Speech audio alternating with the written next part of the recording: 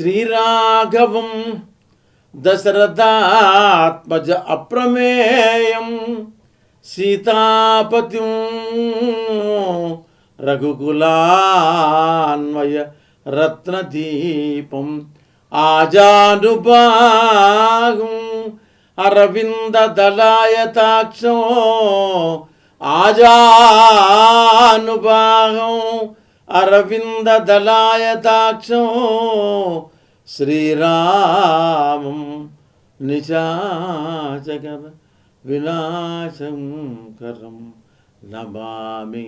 నిశాచరులైనటువంటి లోకకంటకులైనటువంటి రాక్షసులందరినీ సంహరించి సమస్త లోకాలకి సమస్త భువనాలకి మహోపకారం చేసినటువంటి ఆ సీతాపతి, ఆ జానకి రామచంద్రుడి సుందర మనోహర మంజుల నయనాందకర విగ్రహ ప్రతిష్ట, అదే బాలరాముడి విగ్రహ ప్రతిష్ట అయోధ్యలో జరిగి సరిగ్గా ఈ రోజుకి అంటే ఈ జనవరి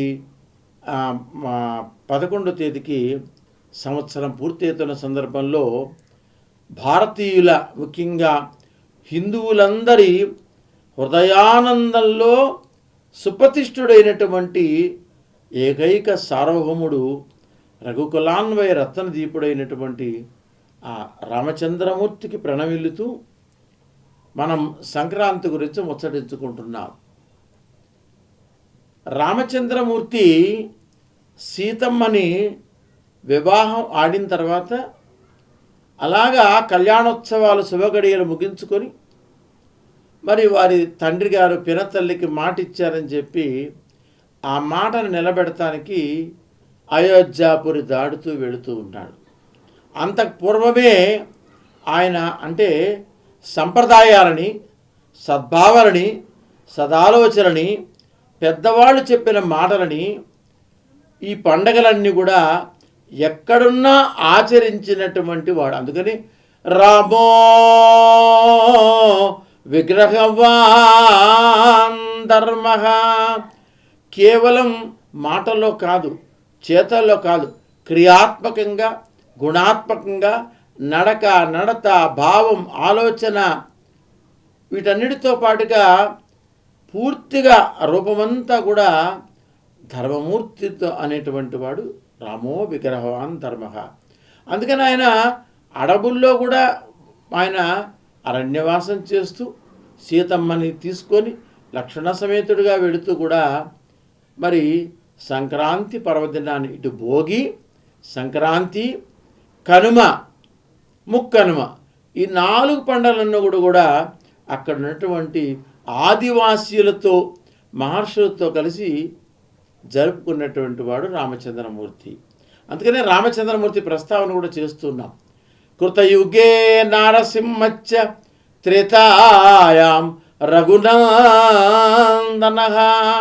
సాక్షాత్తు వైకుంఠ నారాయణుడైనటువంటి రామచంద్రమూర్తి మానవుడుగా అయోధ్యాపురిలో దశరథుడి ఇంట కౌశల్య పుత్రరత్నంగా ఆయన అవతరిస్తే, ఆయన ఎక్కడున్నా కూడా సాక్షాత్తు మానవుడే, సాక్షాత్తు దైవస్వరూపుడే. తానెక్కడ కూడా సీతమ్మ కానీ, రామచంద్రమూర్తి కానీ, అలాగే లక్ష్మణ, శత్రుఘ్న, భరతుడు కానీ ఎవడు కూడా మేము దైవాంశ సంభూతులను ఏనాడు చెప్పుకోలేం. అంటే అహాన్ని వీడి పరమాత్మతో నిబిడీకృతమై జీవనాన్ని కొనసాగిస్తూ వాళ్ళు భారతీయ హిందూ సనాతన ధర్మానికి పెట్టని కోటలాగా విరాజిల్లారు. అందుకనే త్రేతాయుగంలో రామచంద్రమూర్తి ఈ మకర సంక్రాంతి పండుగని ఎక్కడ ఉన్నా కూడా, ఇటు అయోధ్యలో ఉన్నా, అటు అరణ్యవాసం వనవాసం చేస్తున్నా కూడా ఆయన అదే సంప్రదాయానికి పెద్దపీట వేస్తూ సీతమ్మతో కలిసి ఆ దశరథ మహారాజు చక్రవర్తి కుమారుడైనటువంటి రామచంద్రమూర్తి సంప్రదాయానికి అనుగుణంగా పండుగ జరుపుకున్నాడు. విశేషంగా అయోధ్యలో మరి బాలరాముడి విగ్రహ ప్రతిష్ఠ జరిపి అయోధ్య రామ జన్మభూమి ట్రస్ట్ 1 సంవత్సరం పూర్తి చేసుకుంది. అందుకని ఇవాళ మనకి అది యాదృచ్ఛికంగా మనం ఈ కార్యక్రమం చేస్తూ ఉన్నాం సిటీకి వెళ్ళి ప్రత్యక్ష ప్రసారం ద్వారా. విశేషం ఏంటంటే సంక్రాంతి ఏం చెప్తున్నది? సంక్రాంతి నిత్య చైతన్య భావన సహృదయ క్రాంతి. భ్రాంతిని విడనాడి క్రాంతితో కాంతితో జీవించమని చెప్పేదే మనకు సంక్రాంతి. రైతన్నల జీవితాల్లో వెన్నెల వెలుగులు ప్రసాదించాలి, కష్టాల కడగండ్లను పోవాలి. కార్మికులు, కర్షకులు, రైతుల మీద ఆధారపడినట్టు అన్ని పరిశ్రమల వాళ్ళంతా కూడా కలకాలం ఆనందంగా ఉండాలి. భారతదేశంలో ముఖ్యంగా 75% పూర్తిగా వ్యవసాయాధారితమైనటువంటి దేశం ఇది. దాని మీదే మనం ఇప్పుడు కూడా ఆధారపడి ఉన్నాం. ఇప్పటికి మనకి ఎన్ని ఉత్పత్తులు వచ్చినా కూడా అది పూర్తిగా ఈ నేల నుంచి పండినవే, నేల నుంచి రావాల్సిందే. అలాగా రైతులు బాగుండాలి, రైతన్నల కళ్ళల్లో ఆనందపు వెలుగులు నిండాలి. సరిగ్గా మనకి ఈ సంక్రాంతి వచ్చే సమయానికి డిసెంబర్ దాటి జనవరిలో, అంటే దక్షిణాయనం పోయి ఉత్తరాయణ పుణ్యకాలం వచ్చే సమయానికి పంటలతో, పాడి పంటలతో గ్రామసీమలన్నీ కూడా విలసిల్లుతూ ఉంటాయి. చక్కగా మన వృషభాలు, ఎద్దులు చక్కగా అలంకరించుకొని అలాగే వెళుతుంటాయి. సాయంకాలం అయినప్పటికీ గోధూళి వేళంటారు. సాక్షాత్తు కృష్ణం వందే జగద్గురు, మధురా బృందావనంలో ఉన్నటువంటి కృష్ణుడు కూడా సంక్రాంతి పండని అంటే మనమేమో సంక్రాంతి అంటాం, వాళ్ళు చక్కగా ఇంకో రకమైన భావంతో పిలుస్తుంటారు. అలాగా అక్కడైనా ఇక్కడైనా ఎక్కడైనా కూడా సాక్షాత్తు భగవంతుడే తన ధర్మపత్నితో కలిసి, తన సోదరులతో కలిసి, సకుటుంబ సపరివార సమేతంగా బంధుమిత్రులతో కలిసి అందరితో వసుదైక కుటుంబ స్థాపన కోసం కలగలిసి మెలిసినటువంటి తరుణాలు. కాబట్టి ఇవి శుభ సంకల్పం వస్తూ ఉన్నారు మన వాళ్ళు. అది అందుకని శుభ సంకల్పం అంటే ఇదే. మరి మనకి ఇన్ని 4 రోజుల్లో సంవత్సరం మొత్తంలో అనేక పండుగలు వస్తుంటాయి హిందూ ధర్మంలో, హిందూ సంప్రదాయంలో, హిందూ సదాచార సంప్రదాయంలో అనేక వస్తుంటాయి. వీటిలో పెద్ద పండగ ఏంటంటే దసరా. ఎంత ఆధ్యాత్మిక ఆనందానికి అది మూలస్తంభం, ఈ రాజులతో ఆరాధనకి, అమ్మవారి ఉపాసనకి ఎంత విశేషంగా జరుపుకుంటామో సంక్రాంతి ఇది అందరి పండుగ.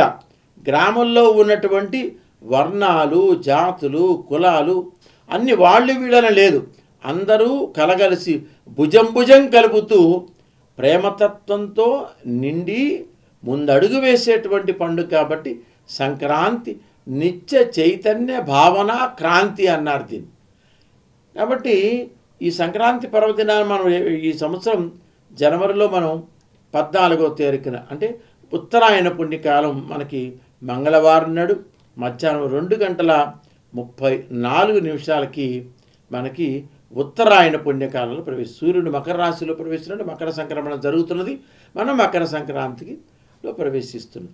ఆ రోజున భారతదేశంలోనే కాదు, ప్రపంచవ్యాప్తంగా తెలుగు వాళ్ళు, కేవలం తెలుగు వాళ్ళు మాత్రమే కాదు, హిందూ ధర్మాన్ని, హిందూ భావజాలాన్ని, హిందూ సంప్రదాయాన్ని, హిందూ సంస్కృతిని ఒంటికి పట్టించుకున్న వాళ్ళు, ఆచరించేవాళ్ళు, ఆ ధర్మ మార్గంలో నడిచే వాళ్ళంతా ఎక్కడున్నా సరే అలాగ వచ్చేస్తారు. ముఖ్యంగా చూడండి, మనకి ఉభయ రాష్ట్రాల్లో ఉన్న మన వాళ్ళంతా కూడా ఇటు వాళ్ళు అటు వాళ్ళు ఇటు కూడా కిటకిటలాడిపోతారు. టోల్గేట్ దగ్గర కిలోమీటర్ల పరిధిలో కూడా వాహనాలు నిలిచిపోతూ ఉంటాయి. మన ఊరు వెళ్ళాలి, మన ఇంటికి వెళ్ళాలి, మన అమ్మ, నాన్న, అక్కయ్యలు, చెల్లెళ్ళు, బావలు, సోదరులు, మన ఊరు వాళ్ళు, మన ఊళ్ళో అందరితో కలిసి 4 రోజుల పండగని కూడా మనం బాగా జరుపుకోవాలి అని కోరుకుంటాం. కాలం మారిపోయింది, అసూయ రాగద్వేషాలు పెరిగిపోయినాయి, సంప్రదాయాలకు తిలోదకాలు ఇస్తున్న ఈ తరుణంలో, ఈ రోజుల్లో మళ్ళా ఒక్క మారు గ్రామసీమలలో ఇలాంటి భావాలు పెరిగి అందరం ఒకటే, అందరం కలిసి ముందుకు నడవాలని చెప్పి మనందరం కూడా ఈరోజు మనం అందరం ఒక మారు ప్రతిజ్ఞ చేయాల్సిన అవసరం ఉంది. అందుకనే హైందవ ధర్మంలో చెప్పే మాట ఒకటి, ధర్మం మూలం జగతికి, ఆ ధర్మమశీలం ప్రగతికి, మర్మం తెలియర మనిషి ఇది తెలిసిన నాడు నీ విషయం చెప్తూ ఉంటారు. అంటే ఎవరైతే మానవత్వ సమానత్వానికి పెద్దపీట వేస్తూ అందరితో కలగలిసి ముందుకు నడుపుతూ ఉంటారో వాడు ఋషి అని చెప్పి మనకి సాక్షాత్ వ్యాస భగవానుడు చెప్పాడు. అనేక సందర్భాలు మనం చెప్పుకుంటూ ఉన్నాం. మన పురాణాలు చూసుకున్నా, భారత భాగవతాలు చూసుకున్నా, ఐతిహాసిక గ్రంథాలు చూసుకున్నా, అవి కూడా చెప్పేది ఒకటే మాట, భగవంతుడి దృష్టిలో అందరూ సమానమే. నువ్వు ఏదైనా ఆచరించుకోవచ్చు కాక ఏ ధర్మాన్ని ఆచరించినా అందరం ప్రయాణం చేయాల్సింది ఒక చోటికి. ముఖ్యంగా పర్యావరణానికి, ప్రకృతిని సంరక్షించడానికి మనకి సంక్రాంతి చాలా అనేక అవకాశాలు కల్పిస్తుంది. ఈ సంక్రాంతి నాడు చక్కచండి వందలాది రకాల పూలు చక్క అలాగ కనువిందు చేస్తూ ఉంటాయి. గ్రామాల్లోకి అడుగు పెడుతున్నప్పుడు ఆ పూలు అలాగ మనం చూసి నవ్వుతూ ఉంటాయి. మన ఊరు వచ్చేసాం, మన ఊళ్ళో పూల తోటలు ఉన్నాయి. చక్క సంపెంగ పూలు, విరజాజులు, సన్నజాజులు, బంతులు, చామంతులు, అలాగా కనకాంబరాలు ఈవేళ రాను కనుమరుగైపోతూ ఉన్నాయి. అన్నీ హైబ్రిడ్ వస్తూ ఉన్నాయి. గ్రామసీమల్లో కూడా అపార్ట్మెంట్ విస్తృతంగా పెరిగిపోతుంది. అంటే పెరగకూడదని కాదు, అక్కడ జనాభా విస్తృత ప్రాతిపదికన పెరిగిపోతున్నాయి.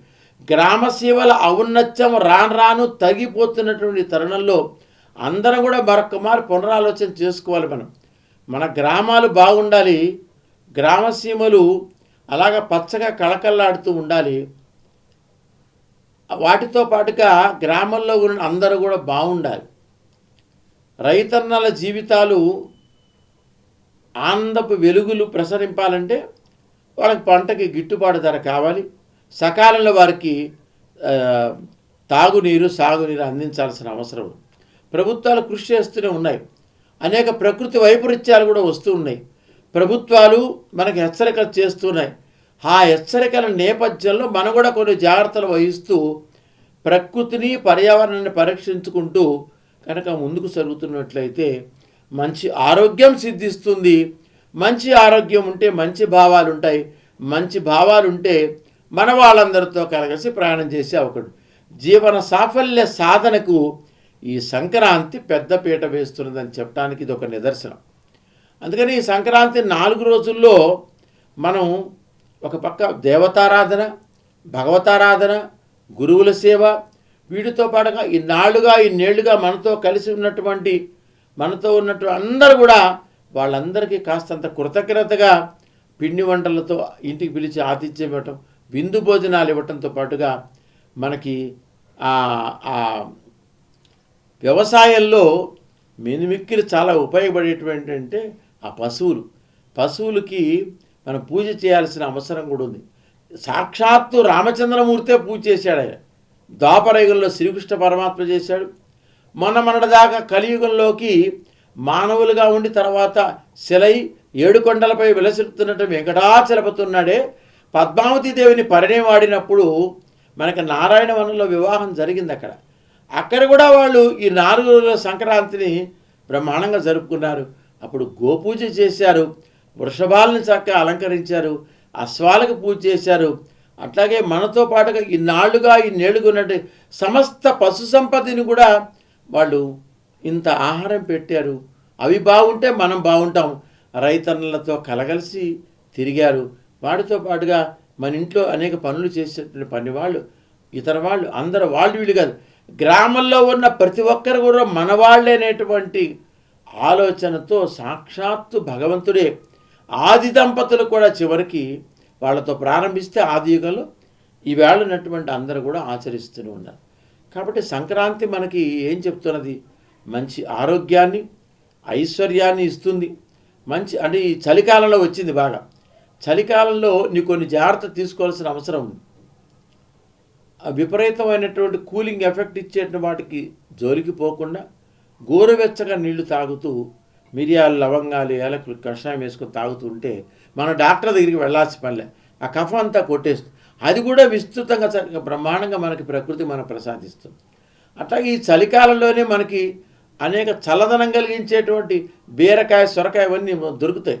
అంటే చల్లదనం వాటిని ఉడికించి కనుక తిన్నట్టుంటే లోపల నీరు పోతుంది, నీలో ఫ్లమ్ చేరకుండా ఉంటుంది. అంటే నీ బాడీ హీట్ అవుతూ కూల్ అవుతుంటుంది, కూల్ అవుతూ హీట్ అవుతుంటుంది. ఆరోగ్యాన్ని కూడా ప్రసాదించే అవకాశం ఉంది. నువ్వు కనుక అజాగ్రత్తగా ఉన్నావా నీ ఆరోగ్యం కనుక చెడిపోతుంది.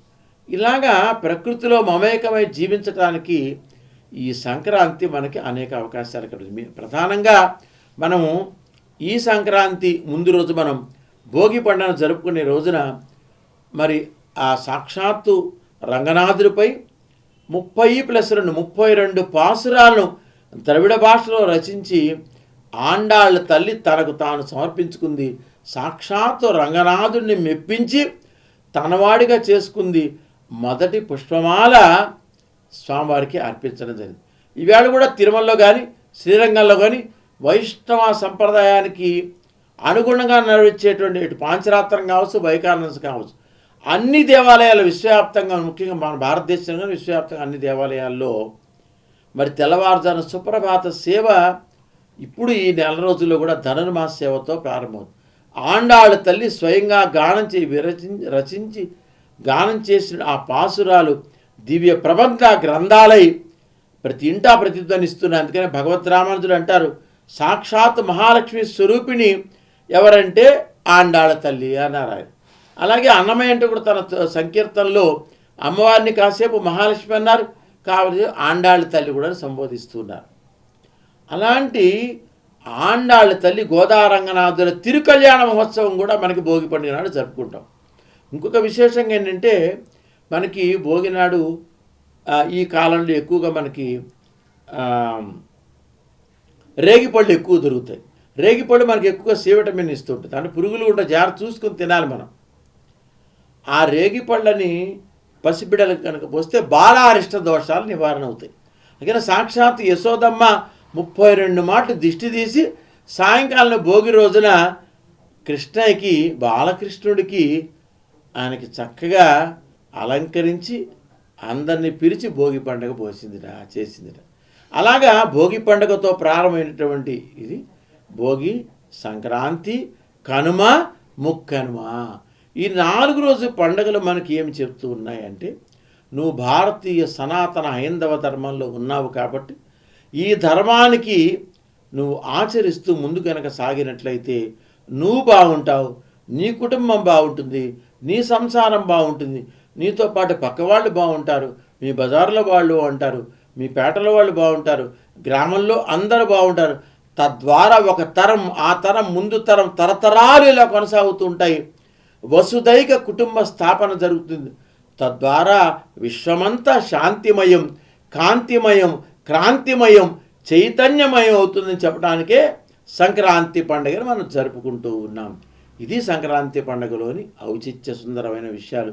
అందుకని అనేక మంది కవులు, కళాకారులు, గాయకులు అనేక మంది ఈ సంక్రాంతి నెల వైవిధ్యభరితమైనటువంటి ప్రదర్శనలు ఇవ్వటం ద్వారా సంక్రాంతి అమ్మని, సంక్రాంతి పౌష్యలక్ష్మిని మనం ఇవాళ హేమంత ఋతువులో, ఈ హేమంత ఋతువుల్లో మనకి మంగళవారం నాడు విశేషంగా సంక్రాంతి చేసుకుంటాం. మంగళవారం నాడు అమ్మవారి స్వరూపంగా ఆ పౌష్యలక్ష్మి వస్తుంది.